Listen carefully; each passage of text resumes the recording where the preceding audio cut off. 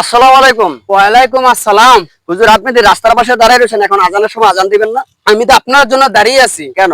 আমি মসজিদে আসার সময় দেখতে পেলাম আপনি সুদের টাকা লেনদেন করতেছেন।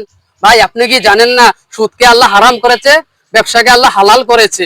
ভাই, আপনাকে আমি বলি যে সুদের টাকা এমন একটা গুনাহ, হ্যাঁ, সুদের গুনাহ হচ্ছে, ছোট্ট একটা গুনাহ হচ্ছে মায়ের সাথে জিনা করা। দেখি ভাই, আপনি জানেন না?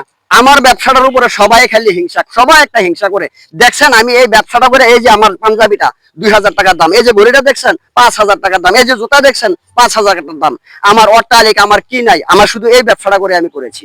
যত সব লোভে পড়ে মানুষ অমানুষ হয়ে গেছে। আল্লাহ সবাইকে আল্লাহ মাফ করে দাও তুমি।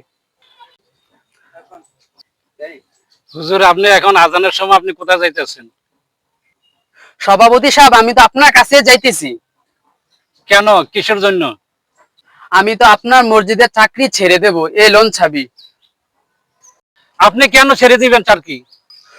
ওই যে উত্তরপাড়া মিলন ভাই, উনি সুদের ব্যবসা করে, আমার নিজের চোখে দেখেছি। আপনার মসজিদে যদি আমি চাকরি করি তাহলে আমি উনার ঘরে ভাত খেতে হবে। আমি জেনে শুনে যে সুদের ব্যবসা করে তার ঘরে ভাত খেতে পারবো না। ঠিক আছে হুজুর, আমাকে 1 সপ্তাহ সময় দেন, আমি বিষয়টা দেখতেছি।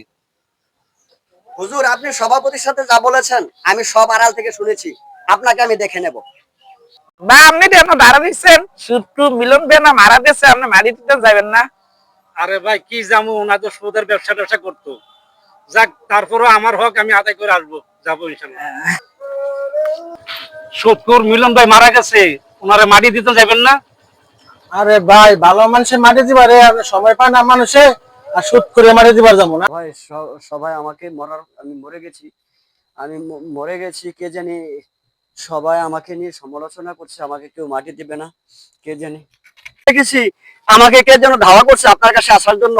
আমি যে সুদ খেয়েছি, দালান করেছি, বালান করেছি, বাড়ি করেছি, যত যা করেছি হুজুর, সব আমি ভুল করেছি হুজুর। আমি কিভাবে এই পাপ থেকে মুক্ত হতে পারি হুজুর? আমার কাছে তো ক্ষমা চাওয়ার কোনো কিছু না। আপনাকে যে আল্লাহ সৃষ্টি করছে, আপনি ওই আল্লাহর কাছে ক্ষমা চান, অবশ্যই নিশ্চয়ই ওই আল্লাহ আপনাকে ক্ষমা করে দিবে। হুজুর, আমাকে ক্ষমা করবে তো হুজুর? আপনাকে আমি সারা পড়েছি হুজুর। অবশ্যই করবে। আপনি নামাজ পড়েন, দোয়া করেন, আর সুদ মুদ খাবেন না, সুদ থেকে বিরত থাকবেন, ইনশাআল্লাহ আল্লাহ ক্ষমা করবে আপনাকে। আপনি মাগরিবের নামাজের সময় মসজিদে আসবেন, আপনাকে তোবা পড়ানো হবে।